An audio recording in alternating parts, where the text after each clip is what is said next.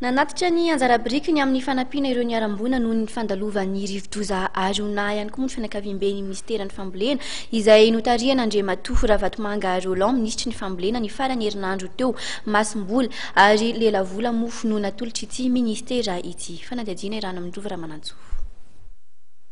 Faritra anisan'ny vomafy vokatry ny fandalovan'ny rivo-doza Arona ny tao Betany Mena izay misy ny birao ministeran'ny fambolena dia ny tranony tsatsaha. Ny farany herinandro teo ary dia tonga tany toerana ny fianakaviam-ben'ny ministeran'ny fambolena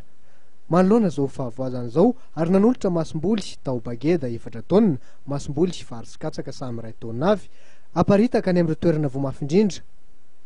Mbola nanolotra Lelavola 3 tapitrisa ariary teo anivon'ny BNGRC raha Toliary ihany koa ny delegation'ny ministeran'ny fambolena izay ny Solotenan'Andriamatoa Ravatomanga Roland. Aingana dia aingana mihitsy mba hanavotana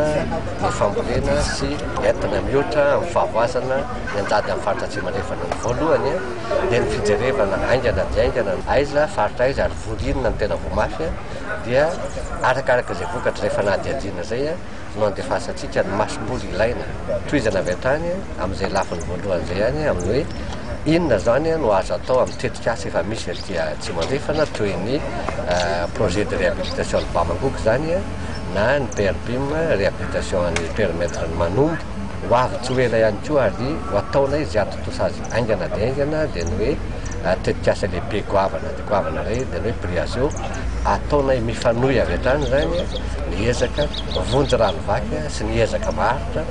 Mbola talemarika vonjomaika ihany aloha hatreto no azo mikasika ireo fahavoazana na mahazo ny tatsapamboly ao atoerana.